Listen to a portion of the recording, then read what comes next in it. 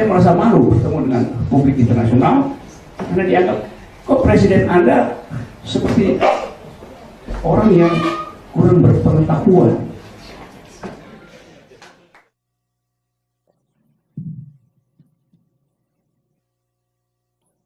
President Widodo, thank you very much for that comprehensive and very clear speech.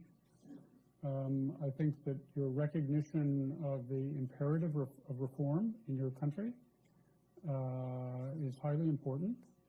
Your vision of an Indonesia that is more active and constructive in world affairs is very significant. So I think I can speak for all of us that we hope you succeed.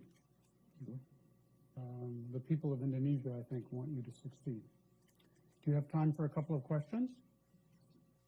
Maybe one or two. One or two? Well, we'll try. Or three. Yeah. I'd like to ask you about China. Could you take the mic? Okay.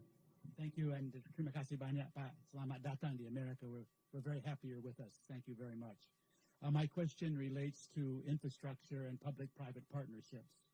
In your talk, you mentioned the progress that you've been making over the past year, and one of the obstacles to that progress is lack of adequate financing, and one of the solutions is public-private partnerships. These have been slow in forming. The previous government talked about them, but not many were forthcoming. Do you have any advice as to how the private sector, both domestic in Indonesia and internationally, particularly America, can play a more constructive role in Indonesia's infrastructure program, and what are some of the reasons that it's been slow? Do you still believe in public-private partnerships? Thank you very much. Thank you. I want to test my minister.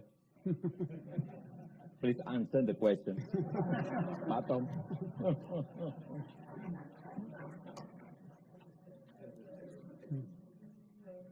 But don't speak longer than my speech. Thank you, Mr. President, Mr. Talbot, Congressman Sherman, ladies and gentlemen. So I look forward to. Thank you, Mr. President. Thank you very much, Minister. Mr. President, I was impressed with this exchange at how good a chief executive you are. You know how to delegate responsibility without giving up power. For the next question, I would like to call on Ambassador David Merrill. He previously served the United States in the Republic of Indonesia. The mic's coming. David, it's very nice to have you with us.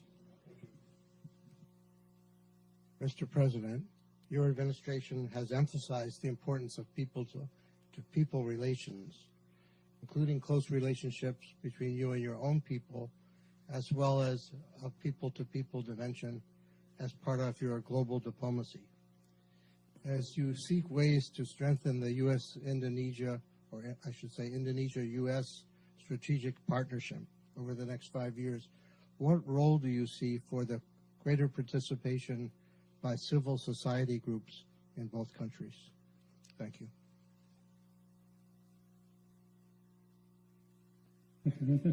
I want to test again my minister, foreign minister. Please answer. Thank you very much, Mr. President. Hopefully that I will be able to pass the standard of the President by the comprehensive partnership. Is it enough, Mr. President? Thank you very much. Okay. I should have mentioned that Ambassador Merrill is also the president of the U.S.-Indonesia Society and making a major contribution in Washington, D.C. to an understanding of your country.